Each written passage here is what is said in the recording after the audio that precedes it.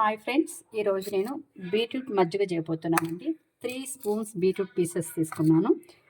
1 cup పెరుగు, ginger, green chilli, పుదీనా, జీలకర్ర. వీటిని మిక్సీలో వేసుకొని ప్రాపర్గా మిక్సీ వేసుకోవాలండి. గ్రైండ్ చేసుకోవాలి.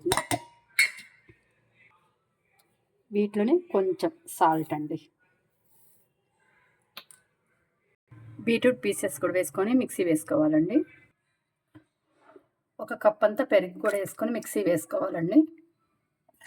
1 కప్కి 2 కప్స్ వాటర్ యాడ్ చేసుకోవాలి. 2 కప్స్ వాటర్ కూడా యాడ్ చేసుకొని ప్రాపర్గా మిక్సీ పట్టుకోవాలి. రెడీ అయిందండి. గ్లాస్లోకి షిఫ్ట్ చేసుకుందాం. ఎంతో రుచికరమైన బీట్రూట్ బటర్ మిల్క్ అండి. చాలా టేస్టీగా ఉంటుంది. బీట్రూట్ వేసినట్టు కూడా ఏమి తెలియదండి వీటిలో.